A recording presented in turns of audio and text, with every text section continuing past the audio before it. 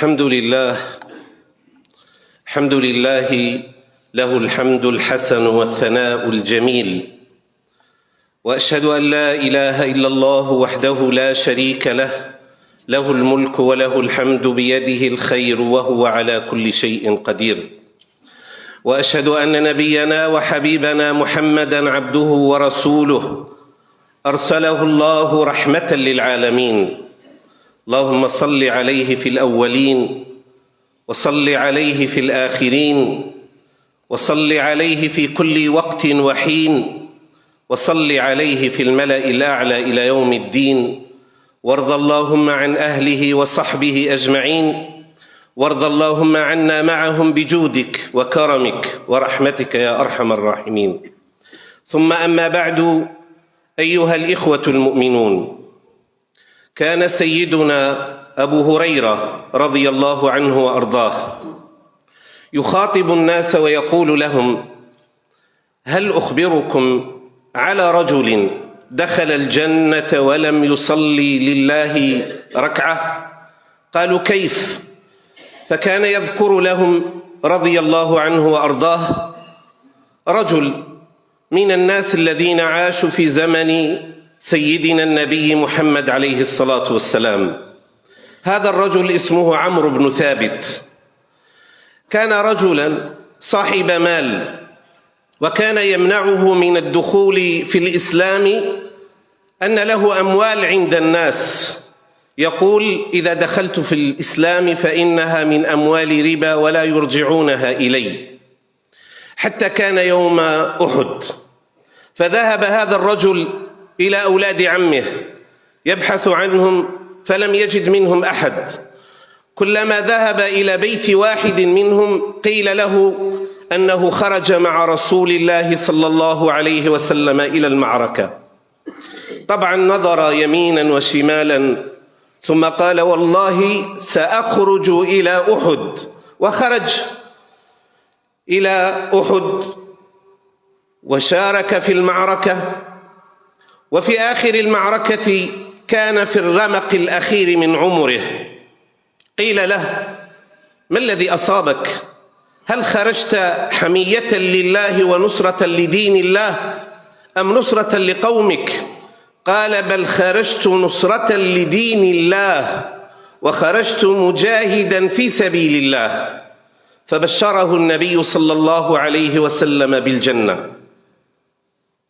في هذا اليوم أيها الإخوة، هو اليوم الأول من شهر شعبان.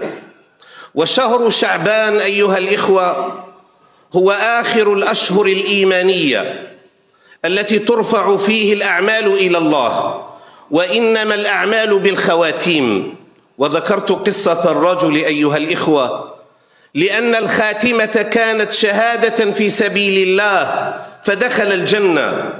والواحد منا دائما أيها الإخوة الأفاضل يتمنى أن ترفع أعماله إلى الله عز وجل في أفضل حال، ويتمنى أن ينظر المولى عز وجل وهو دائما ينظر إلينا وإلى أعمالنا، ينظر إلى ختام السنة إلى عملك وهو راض عنك.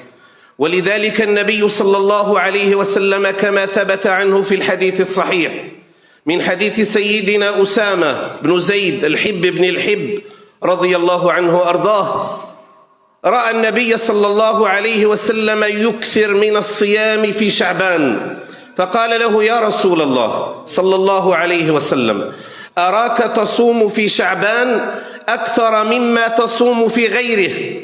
فقال عليه الصلاة والسلام: ذاك شهر بين رجب ورمضان يغفل عنه الناس، ترفع فيه الأعمال إلى الله عز وجل، فأحب أن يرفع عملي وأنا صائم.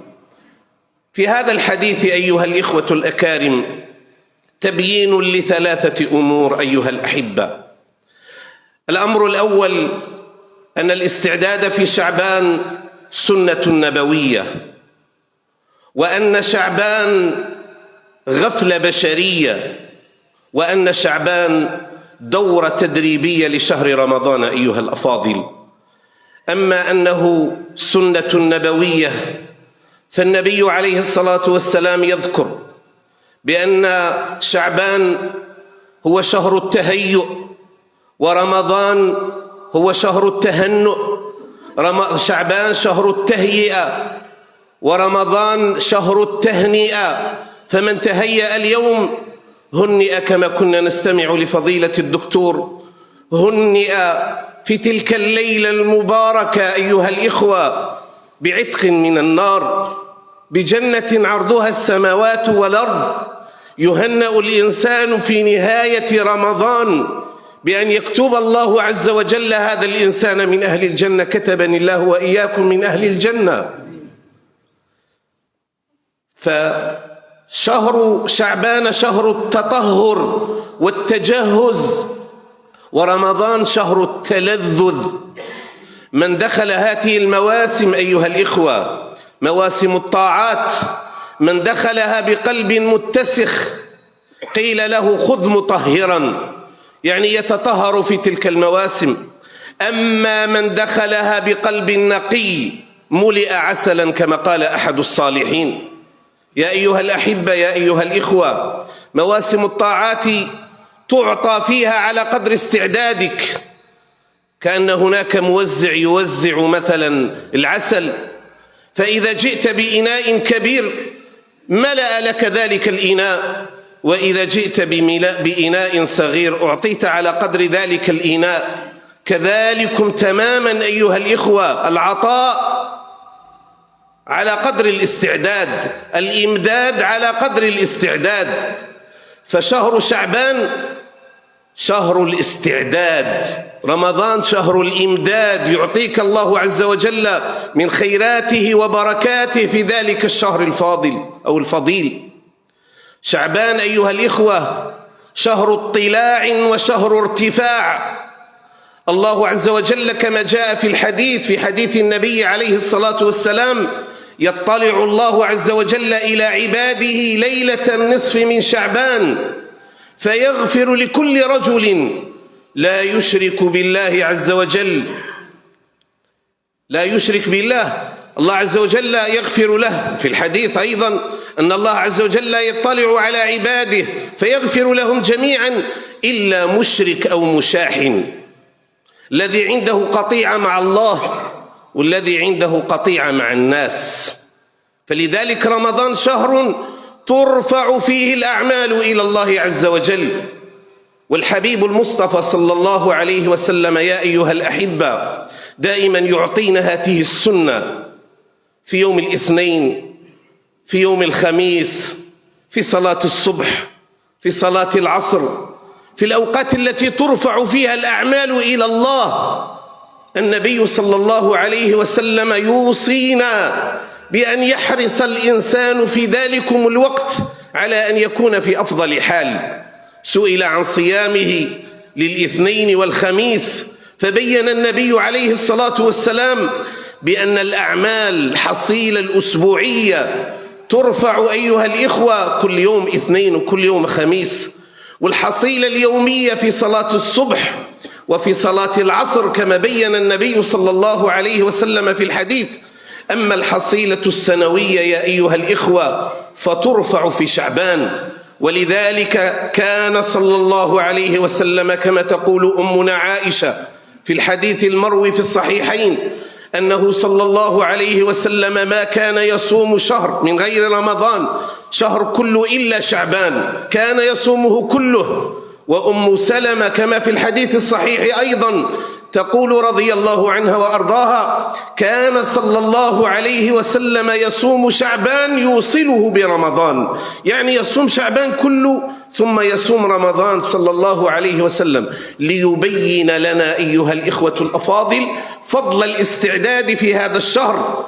كما قال الدكتور وذكرنا بقول ابن رجب رحمه الله أنه يرى بأن شعبان بمثابة السنة القبلية لرمضان. أنت إذا أردت أن تصلي فريضة مثلا قدمت بين يديها السنة، تستعد فيها للقيام بين يدي ربك في الفريضة.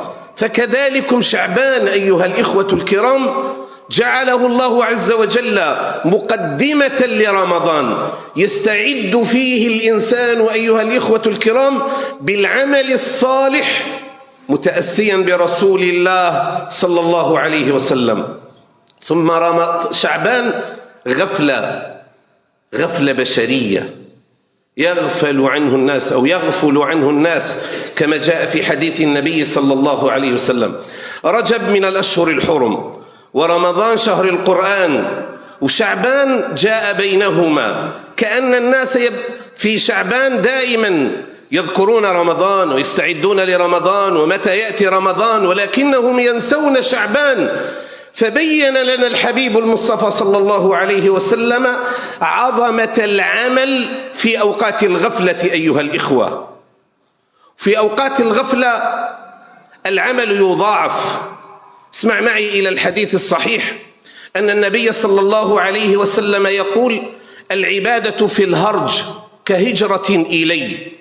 العبادة في زمن الغفلة، في الزمن اللي يغفل الناس، كهجرة إلي، تنال فضل الهجرة مع رسول الله صلى الله عليه وسلم.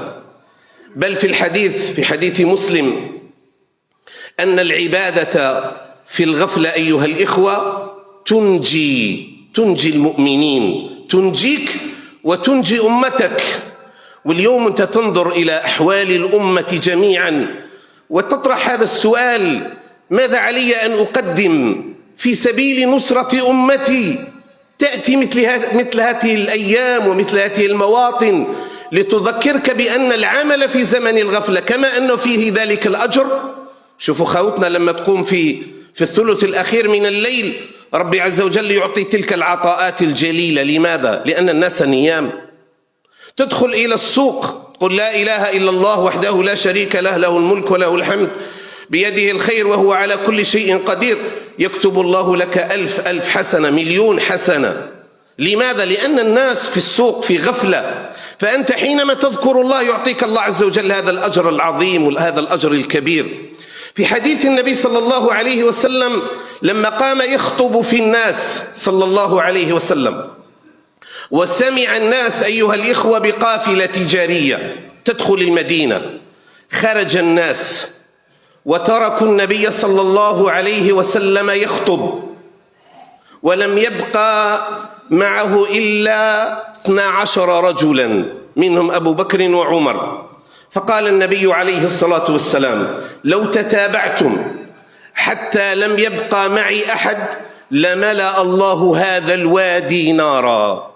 قال لهم: لو ذهبتم جميعا ولم يبقى أحد معي لملئ هذا الوادي نارا. يعني هذا 12 رجل كانوا سبب في نجاة أمة بأكملها. لماذا؟ لأنهم عملوا في زمن الغفلة. ولذلك نبينا عليه الصلاة والسلام ينبهنا: شهر يغفل عنه الناس ترفع فيه الأعمال إلى الله. فأحب أن يرفع عملي وأنا صائم. فكأن النبي صلى الله عليه وسلم يقول: ألا نستحي من ربنا عز وجل وأعمالنا ترفع إليه ثم ينظر الله إلينا فإذا نحن في غفلة. ثم أيضا شعبان أيها الإخوة دورة تدريبية تأهيلية، تتعلم كيف تستقبل رمضان، تتعلم أحكام الصيام، تهيئة إيمانية، تهيئة قلبية، تهيئة حتى بدنية لاستقبال شهر رمضان المبارك. تبدأ هذه التهيئة في هذا الشهر الفضيل أيها الإخوة. على رأسها أن يبدأ الإنسان في إصلاح علاقته بالقرآن. رمضان شهر القرآن. الله عز وجل يعيد لنا تعريف رمضان، كأنه سبحانه عز وجل يقول لنا: إياكم أيها العباد، يا عبادي لا تغفلوا عن رمضان. رمضان هو شهر القرآن.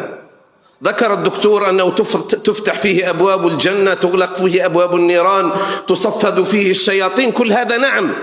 لكن القرآن الكريم، لكن الله عز وجل في كتابه لما عرفنا برمضان ماذا قال؟ شهر رمضان الذي أنزل فيه القرآن كأن الله عز وجل يقول لنا رمضان هو شهر القرآن، ولذلك في شعبان لابد أن نعلن الصلح مع القرآن أيها الإخوة.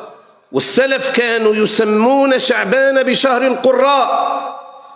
كان الواحد منهم لما يدخل شعبان كما ذكر الإمام مالك وابن حجر وغيرهم يقبلون على كتاب الله سبحانه عز وجل، ويستقبلون رمضان بإصلاح العلاقة بالمنزل في شهر رمضان الذي هو القرآن الكريم. ولذلك يا أيها الأحبة، من أول الواجبات علينا يا أيها الأحبة، يا إخواننا، يا شبابنا، القرآن.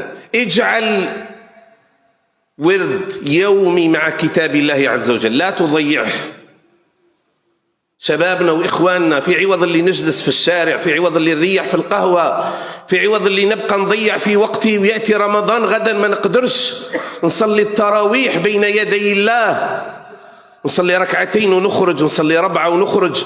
لماذا؟ الصحة عندك، الوقت عندك. ما الذي ينقصك؟ ينقصك ذلك التلذذ بكتاب الله.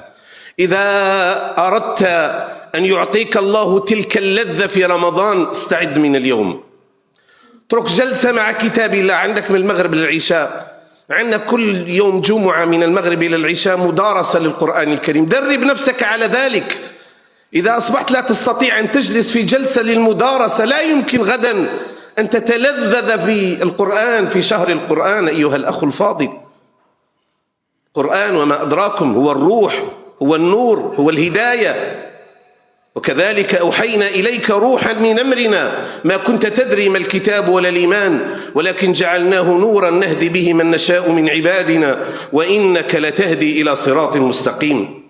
الأمر الثاني الصوم، هذه العبادة الجليلة التي فرضها الله علينا. كتب عليكم الصيام كما كتب على الذين من قبلكم لعلكم تتقون. فرضها علينا في شهر تنزل القرآن شكرا لله على أنه خصنا بهذا الكتاب بخير كتاب أنزل، القرآن الكريم. شهر رمضان الذي أنزل فيه القرآن هدى للناس وبينات من الهدى والفرقان، فمن شهد منكم الشهر فليصمه. في الحديث كل عمل ابن آدم له الحسنة بعشر أمثالها، قال الله إلا الصوم فإنه لي وأنا أجزي به. كل الأعمال الأخرى لها أعمال مضاعفة 10 حسنات إلى 700 ضعف، إلا الصوم إنما يوفى الصابرون أجرهم بغير حساب. قال العلماء الصائمون يعطيهم الله عز وجل الأجر بغير حساب. ولذلك أبو أمامة الباهلي رضي الله عنه وأرضاه حينما جهز النبي صلى الله عليه وسلم سرية للجهاد قال له يا رسول الله ادعو الله لي أن أموت شهيدا. قال اللهم سلمه وغنمه.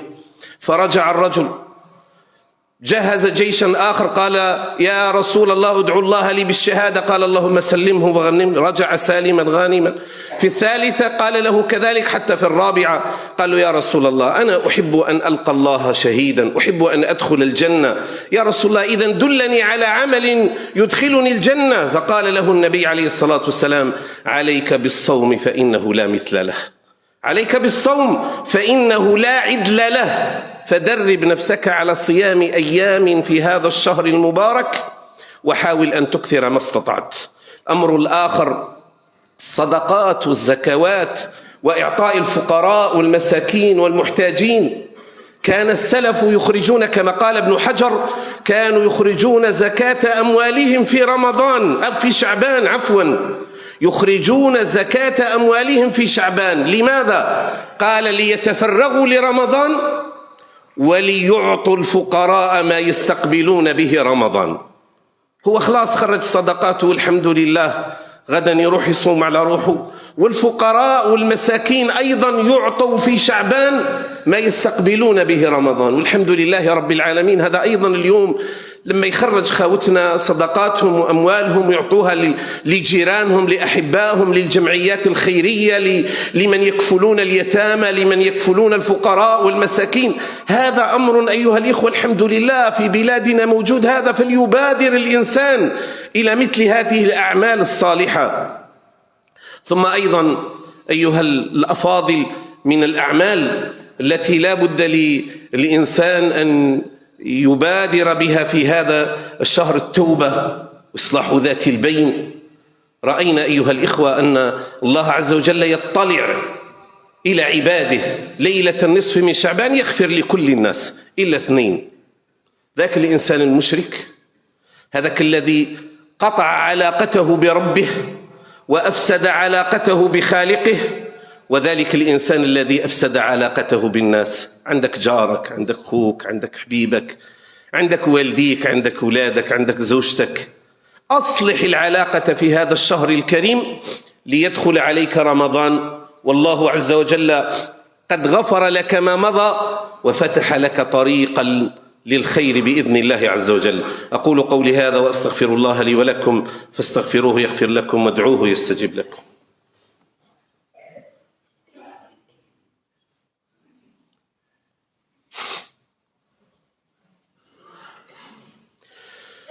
الحمد لله غافر الذنب وقابل التوب شديد العقاب ذي الطول، لا إله إلا هو إليه المصير. وأشهد أن لا إله إلا الله وحده لا شريك له، وأشهد أن نبينا محمدا عبده ورسوله. اللهم صل وسلم وزد وبارك عليه، وارض اللهم عن أهله وصحبه أجمعين، وارض اللهم عنا معهم بجودك وكرمك ورحمتك يا أرحم الراحمين.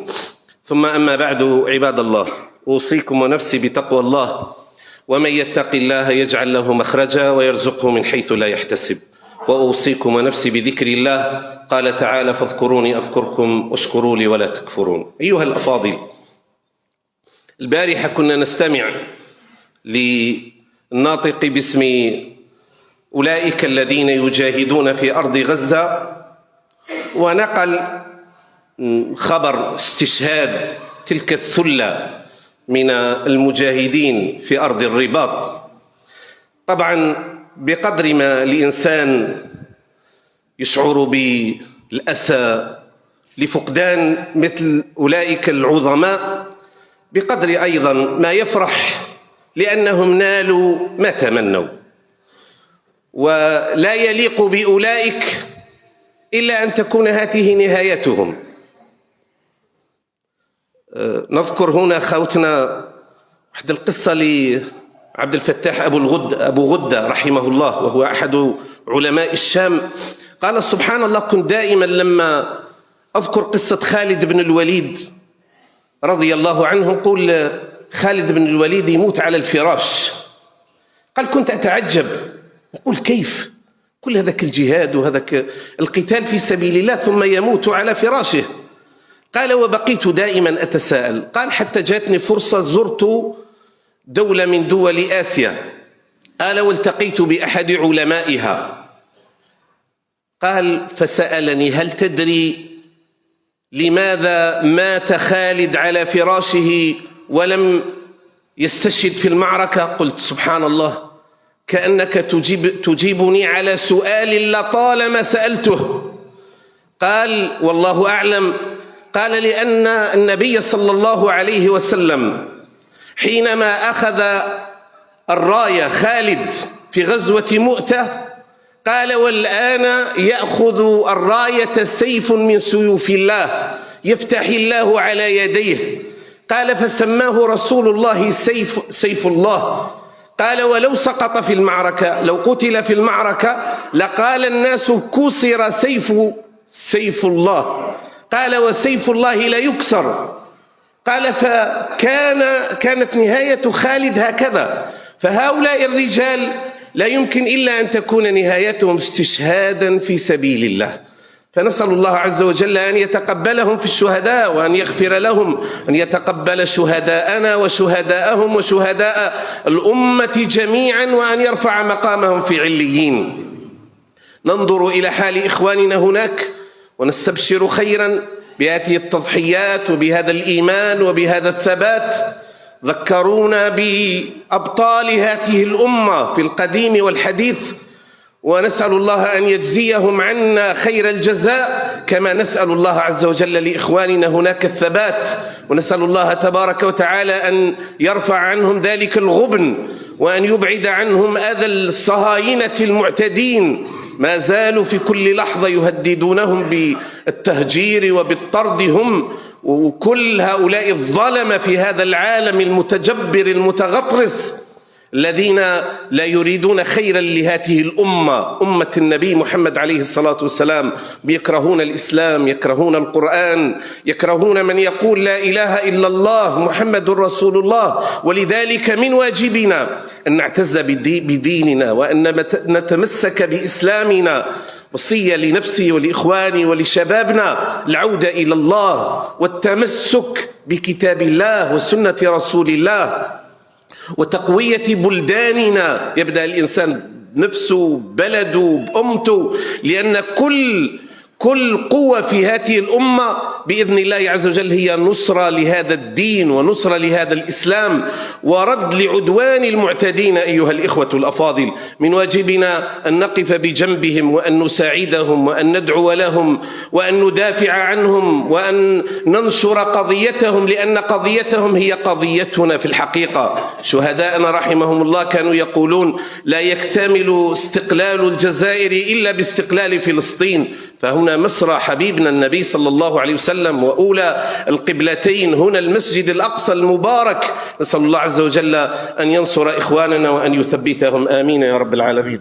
كما ندعو لإخواننا جميعا الذين توفوا في هذا الأسبوع، سواء في حادث السير والله في خونا بن عيسى، في قضية أيضا حادث سير، كل الذين المرضى الذين أوذوا الذين ماتوا، نسأل الله عز وجل أن يغفر لهم وأن يرحمهم وأن يرفع مقامهم في عليين. نسأل الله عز وجل أن يشفي مرضانا وأن يرحم موتانا. نسأله تبارك وتعالى أن يهدينا إلى صراطه المستقيم. اللهم اهدنا إلى صراطك المستقيم. اللهم ارفع عنا البلاء والوباء والغلاء. اللهم اجعل هذا الجمع جمعا مباركا. اللهم اغفر لنا ذنوبنا التي تذهب النعم وتحل النقم. اللهم اغفر لنا ما نعلم وما لا نعلم وما أنت به أعلم. اللهم إنا نسألك الهدى والتقى والعفاف والغنى ومن العمل ما ترضى. اللهم إنا نسألك موجبات رحمتك وعزائم مغفرتك، السلامة من كل إثم والغنيمة من كل بر والفوز بالجنة والنجاة من النار. اللهم اجعل هذه البلاد آمنة سخاء رخاء وسائر بلاد المسلمين. اللهم انصر إخواننا المسلمين المستضعفين في مشارق الأرض ومغاربها. اللهم انصر إخواننا في فلسطين. اللهم انصرهم على عدوك وعدوهم. اللهم انصرهم على عدوك وعدوهم. اللهم وحد صفوفهم وقو شوكتهم وسدد رميتهم. اللهم عليك باليهود المعتدين والصليبيين الحاقدين. اللهم خذهم ومن ناصرهم ومن عاونهم أخذ عزيز مقتدر. آمين آمين آمين. إن الله وملائكته يصلون على النبي يا أيها الذين آمنوا صلوا عليه وسلموا تسليما. عباد الله، إن الله يأمر بالعدل والإحسان وإيتاء ذي القربى وينهى عن الفحشاء والمنكر والبغي يعظكم لعلكم تذكرون. اذكروا الله يذكركم، اشكروه على نعمه يزدكم، ولذكر الله أكبر والله يعلم ما تصنعون. وأقم الصلاة.